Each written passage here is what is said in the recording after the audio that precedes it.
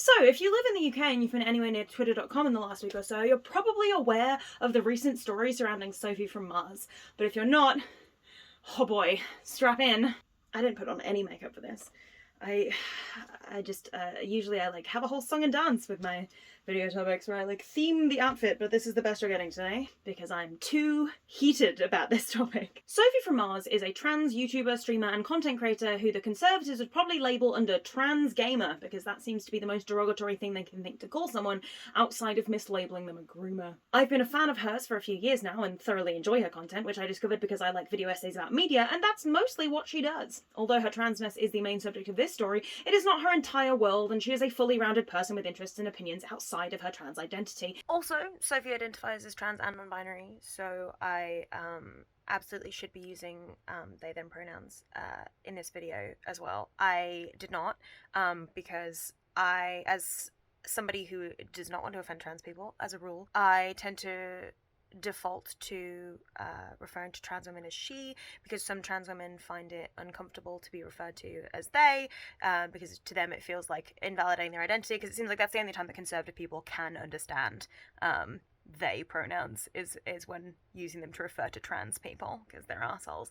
But to be clear, Sophie is trans and non-binary, and so yeah, just wanted to step in there because I realized after I had written and recorded an essay, which in my defense I did very heated in an afternoon, but that is no excuse to not double check everybody's pronouns all of the time. And unlike that Tory woman, I'm not gonna make this about me and make it that I'm scared that Sophie will attack me for not using the right pronouns. I did a fucky wucky and I'm explaining it. Proceed with the video. I just want to get that out there now because I'm going to spend a lot of the rest of this video talking about trans identity and hers in particular, and I highly recommend you go check out her content if you just like interesting video essays. There's a series called Monster Men, which is fascinating, and videos on Cyberpunk 2077, The Matrix, and The Witcher, just to name a few. Okay. Let's make like Phil DeFranco and get into it. On the 25th of February this year, the Daily Mail published an article titled, "I was frozen to the spot in shock. It was said to intimidate. How a friendly chat in the Ladies of London pub turned menacing and plunged a Tory councillor, 22, into the clash between trans rights and women's safety." May I just say, that's one of the worst titles in recent memory. And also, the Daily Mail has a problem with run-on titles in general. The first thing I learned in my writing degree was elevator pitches. You can't condense the topics of your articles to 10 words or less? Okay. Secondly, as a 23-year-old non-Tory, I feel uniquely qualified to weigh in on this, as I'm from a similar age to this woman, but I have infinitely more brain cells. That might seem an overly antagonistic or backhanded place to start from, but just you wait until you hear what this article is about. The article opens thusly. "These days, I don't feel safe going into the ladies' loo alone." Yeah, that is the Tory voice that we're going to stick to for now. I don't know what this woman sounds like, but in my head all Tories sound like this. So already you can guess what transphobic nonsense is about to take place, but trust me, you're not ready for how stupid it is. She describes an encounter in the pub that made her fear for her life in bathrooms, which starts with meeting a trans person whom she describes like this. "The woman who, at about 6 feet tall, towered over me. She wore a skimpy top which made her shoulders seem bigger, and she spoke with a strikingly deep voice. A trans woman. The lavatory was cramped and I had to stand directly behind her while waiting to use the wash basin." Already this is reminding me of the time I tried to explain that reverse racism wasn't real to an elderly relative of mine, and they responded describing an incident in which they saw a group of black people together who looked at them, and they immediately crossed the street because why were they congregating like that? It felt intentional. And then I had to explain to this person that that is not reverse racism. That is in fact just a racism that they perpetuated on those people by assuming that they were going to attack them just for congregating together. This girl could have just said, "I met a trans woman in the toilet," and while admittedly that's not the most engaging line, it wouldn't be deliberately trying to impart an opinion of this trans person onto the reader. Towered over me. Strikingly deep voice. Skimpy top that made her shoulders look bigger. She's deliberately drawing attention to the things that she deems as unfeminine. But as any bi or lesbian woman will tell you, tall women with big shoulders and deep voices are hot as fuck, and none of those features make someone inherently less womanly, but that is what this woman is trying to get across with her descriptors. That's clear enough. It continues. "I thought, this is going well. I'm handling the situation fine.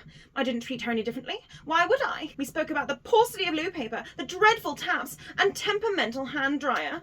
Just so you're aware, you shouldn't be thinking that as you talk to trans people. They're just people. This is like that Jordan Peterson thing where he talks about stereotypically treating people like women and... Let's say you have a non-standard gender identity.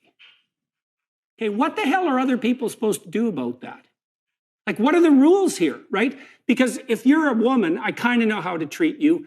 I'm going to do it in a stereotyped way to begin with because I don't know who the hell you are, so I'm going to use, low-resolution approximations, and those are going to be stereotypes. They're no different than categories. And then when I get to know you, I'll particularize it. But if I don't know whether you're male or female, what the hell should I do with you? And it's like, dude, I don't treat people like women. I treat people like people. What the fuck does treating someone like a woman even mean? Holding the door for them? Pulling their chair out? I do that for anyone.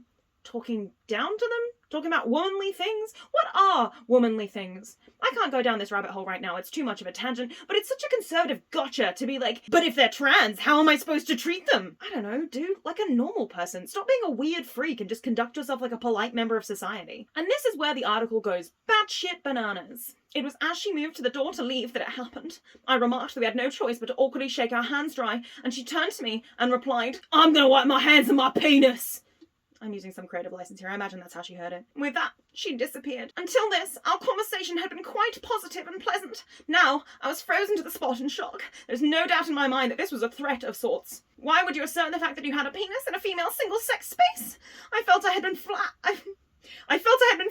as the penis image was put in my mind by her announcement. It was said to intimidate. The close proximity made it much scarier still. What if she turned violent? It would be 10 minutes before my friends realised I was missing.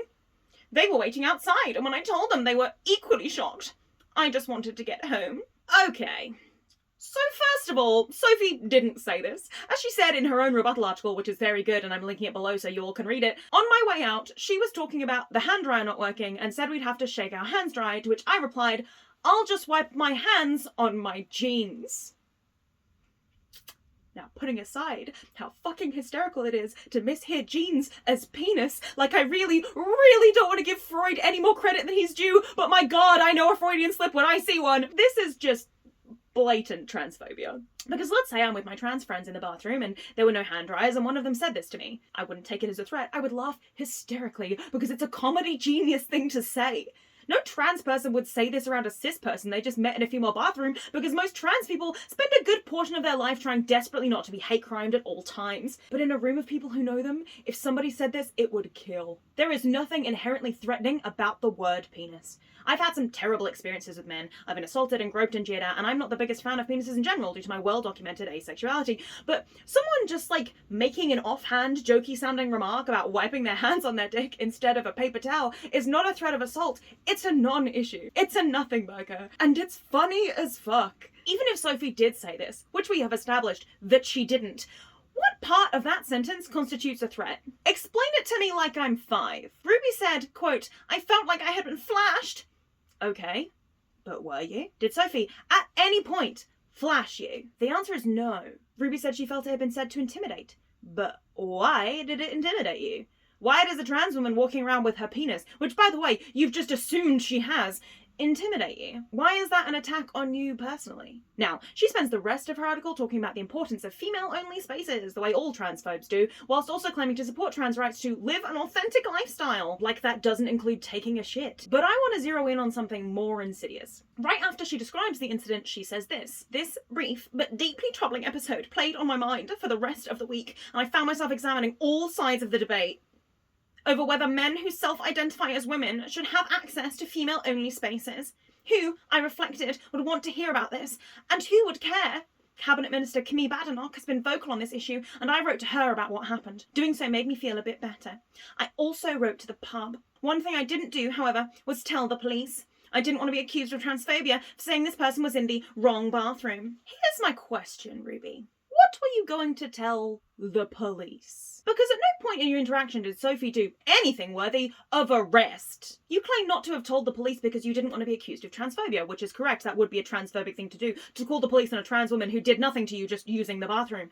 But also, it clearly crossed your mind And then you clearly dismissed it because you knew it wouldn't get anywhere and you'd be ridiculed for it. Although knowing our police, maybe not. Maybe they would just be happy to hate crime an innocent person. Who knows anymore? You didn't decide not to call the police because you thought the issue was silly, because you also told the pub and a cabinet minister about it, so you clearly decided it was important enough to spread. No. The reason you didn't call the police is because the moment you call the police, that makes you the instigator. You're attacking a trans person for no reason, and you're okay with that for as long as you can play the victim. Now, I don't know if that's exactly why she did this. I have to say this for legal reasons. I'm not putting any words in her mouth, but this is how all transphobes work. They have to paint themselves as the victim in order to absolve themselves of what anybody else sees as punching down. They can't possibly be punching down when they are the victims of these vicious attacks by trans gamers. Ruby ends her article with, "As for the Marquis of Granby, I would find it very hard to go back there and use the toilets unless I was with a friend. I would be anxious about it. And that's really rather tragic." See, here's where I take offense as a writer, because tragic has a lot of definitions, but none of them are being irrationally scared of trans women in public spaces. You paint yourself as the victim of a tragedy, like trans people don't face 10 times the amount of discrimination on a daily basis.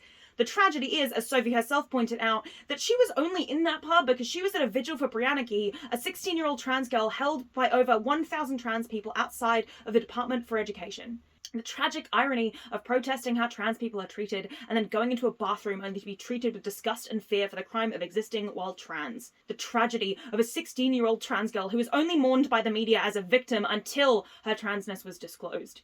The tragedy of yet another person to add to the ever-growing list of trans people who have passed because of no fault of their own, but of a society that refuses to treat them like people. The tragedy of false victimhood and violence against queer people justified with sneers and self-righteousness. Tragic? Girl, your prose is tragic. Your bluster and fuss and attempts to paint yourself as the victim of a crime by one of those mean transes is more on the nose and badly written than some of the worst students in the first year of my writing degree. Anybody who's done a writing degree knows how severe of a burn that is. Tragic is realizing that while Sophie can move through the world knowing exactly who she is, you will never fully see yourself for what you are, because you're too busy trying to ensure your own victimhood to wake up to your own agency. Feminism is being set back by women like that. I am ashamed to be associated with women like that. And it's always framed under, I'm not transphobic, but transphobic, it seems to be a worse thing to call someone than the names you'll call trans people. And I will never understand that. I'm a cis-ish woman. At the very least, I was assigned female at birth, and I have never felt uncomfortable to be in a bathroom with a trans person. But I would feel uncomfortable to be in a bathroom with women like that. Women who could take one innocuous incident, blow it out of proportion, and then mobilize people against people like me. Women like the girls in high school who said, OMG, I couldn't be friends with a lesbian. What if they looked at me naked in the change rooms? As if every queer woman I knew, including me, didn't hide in a cubicle every time we had to change because of that exact fear of being accused of looking at somebody for too long or even at all just for the crime of being gay. This isn't news to anybody who's been paying attention. We live on Turf Island, she's a Conservative MP, and the Daily Mail is a disgusting rag. And actually, the worst thing that Sophie from Mars has ever done is make me read a Daily Mail article for her. Wow, the things I do for trans liberation. But it's a growing problem, and it's a worry. Because I know the worst thing you can do in an argument is bring up Adolf, but you might want to look at some history, because we're starting to mirror some uncomfortable patterns from the 1930s Germany that I really, really don't like. Turning on queer people, attempting to ban peaceful protest, the corruption of police and politicians, it's all eerily familiar, and it might not be the same group that the government goes after this time, but it's definitely heading in that authoritarian direction. It's already barely democratic. We can't let it get any worse. Not to end this video with a PSA to get out there and vote, but definitely do that if you can, especially as young people. Write to your MPs, attend protests, listen to marginalised voices. I mean, I can say all that, but that doesn't change that at the moment, as things are, we're relatively powerless. All we can do is keep trying, keep pushing, and keep holding out our hands to one another, because if we don't have our humanity, our community, then what do we have? I didn't mean to get this serious, but I'm angry. And I'm tired. And there's no hand dryer in this house, so I have to dry my hands on my penis. Annyeong?